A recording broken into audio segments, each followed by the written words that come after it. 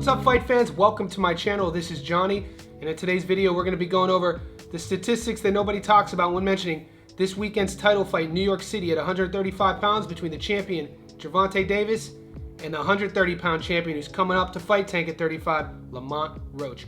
Guys, before we continue, I want to say thank you to all the new subscribers. Thank you to everybody who's been with me since day one. If you haven't already, could you please hit subscribe, like this video, as well as hit the little bell icon, the notifications button. All three of those things will help me out a whole lot in growing my channel and growing our reach. My purpose with my channel is to talk boxing, do my best at an unopinionated approach on just giving real boxing fans talking points to talk about the fighters rather than just saying I like this guy or I dislike this guy. This is one of the videos though where you will get my opinion. Stay tuned to the end because I'm gonna give you my prediction. Guys, I will not hold it against you if you put your hand up if I ask how many of you were not excited when you heard that this fight was signed. Right? I mean, we want to see unification fights. We want to see champions fight champions. Tank Davis is once again bringing up a lighter fighter, and if you get offended by that, I don't know what to tell you. That is a fact.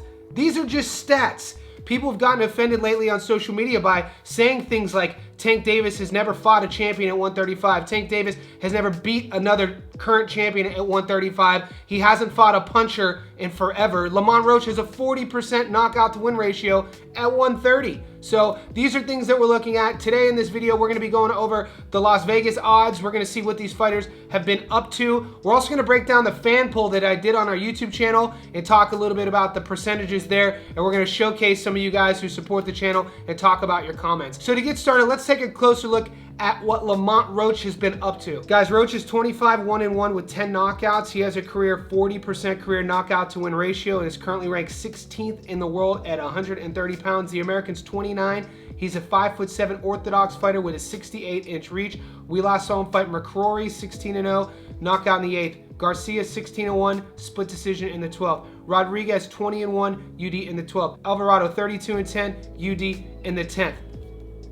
All right, guys, when people talk about this is your shot, that's exactly what people mean with Lamont Roach. This is his opportunity to prove the naysayers wrong. Nobody is giving him a chance against Tank Davis going up 135. I don't generally like to play boxing maths, but back in 2019, his loss came to Jamal Herring. Now, granted, Jamal Herring was a different guy in 2019.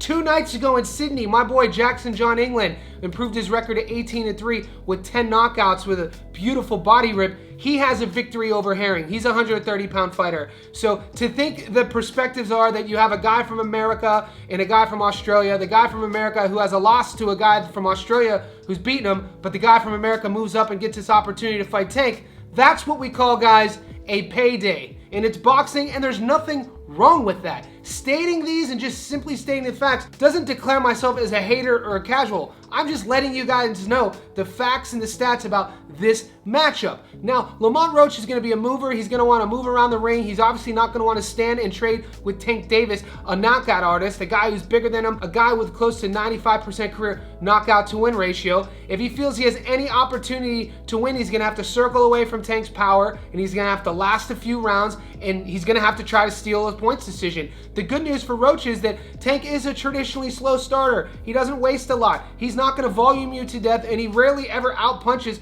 his opponents. He knows he has dynamite in his hands, and he waits to find an opening, waits for you to overcommit, and more importantly, the brilliance with Tank, which I feel doesn't get spoken about enough, he kind of lulls his opponent into a false sense of safety and security in which they do close that gap and they do want to exchange and trade with him, and then he'll kind of wink at you, and next thing you know, you're looking up at the lights. Now let's take a closer look at what Tank's been up to. Davis is 30-0 with 28 knockouts. He's ranked number 1 in the world at 135. He carries into the ring a 93% career knockout to win ratio. The American's 30 years old, and he's a 5'5" southpaw with a 67-inch reach. We last saw him beat Frank Martin 18-0 knockout in the 8th. Ryan Garcia 23-0 knockout in the 7th. Hector Garcia 16-0 knockout in the 9th. Raleigh 14-0 knockout in the 6th. Pitbull 22-1, UD in the 12th. It's no secret with Tank Davis, he's gonna fill the stadium. He's all electricity. He's a knockout artist, and he always puts on a show. None of those are lies. All of those are facts. But because of all of these facts about Tank, his naysayers, his beef, the haters and casuals will say, you have all these things going for you. Let's see you challenge yourself. Let's see you get into the deep water. Let's see you unify against other champions. So the beef with him isn't that he doesn't have the skills. The guy is a pound for pound fighter. The beef is, and this is just the natural human nature with anybody who's successful, the higher you climb that mountain at whatever you do, people are going to be looking at you more critically. They're going to be looking at your flaws. They're going to be looking at your strengths. And when you're a boxer, undefeated knockout artist, they're going to be then looking at your opponents, your strength of schedule, who you choose to fight. So if people say that Tank Davis is a 30-year-old prospect, I kind of get what they mean. When people say that Tank is a 30-year-old knockout artist, I get what they mean. When they talk about him being on the pound for pound list, I agree. When they talk about him not being on the pound for pound list, there's definitely a narrative for that as well. So going to this fight, Las Vegas makes it no secret. A month ago when I did the analysis of this video, Roach was a 10-1 underdog.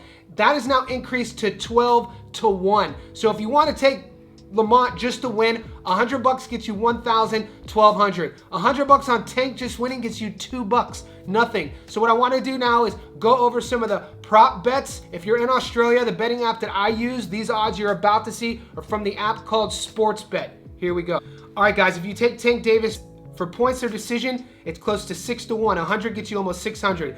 If you take him to win by knockout, you're only getting $22 back. So he has a higher. So all the money obviously is going on Tank to win by knockout. If you pick him to just win, you get a $2 return. If you pick him to win by knockout on 100, you only get $22 in return. If you pick him to win by decision, you get 6-1 your money. So I have heard a lot of people thinking that Roach does have the skills to last all 12 rounds, so that's something for you to think about.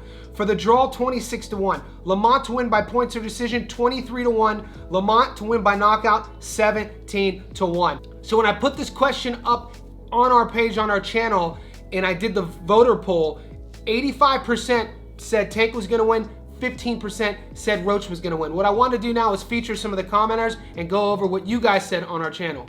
All right, here we go. I simply asked the question, who's going to win the fight? And here's some of the comments. As Bugs Bunny used to say, it's pretty one-sided, ain't it? Mr. Boots has said, Gervonta bringing up another 130-pounder. Juan Juvento's laughing. Lucas says no one cares about this fight. CB Infu says I don't blame Tank if he's getting paid well. Fight these type of fights. Why change? LJ says that's 17% been watching too many motivational videos on YouTube. The underdog was chosen for a reason like Munguia. Canelo picks them and so does Tank. James says Tank fighting another DoorDash delivery man, or let me guess another cab driver, or let me guess an Uber driver. We good. AKA equals fire stick time. Bacon Supreme says who's paying $80 to watch this crap? Rashida says, YouTube catch-up fight until Tank fights top opposition. Nathaniel Stubbs writes, I can't wait not to watch this fight. And we'll do one more. This is just an illusion. It's sad. People don't want to see what's happening. Tank is saying this is going to be a pure boxing fight and he believes Roach is better than what people are giving him. It's lining up to be another knockout. So I want to ask you before I give my prediction in the comment section below, who wins this fight? How do you see it going? Also, I'm going to ask you 3 questions now. The narratives, which one is right? Is Lamont Roach just getting the bag? Is it all about him moving up and getting a payday? The champion's a champion. He's put his whole career into this. Does he deserve a payday?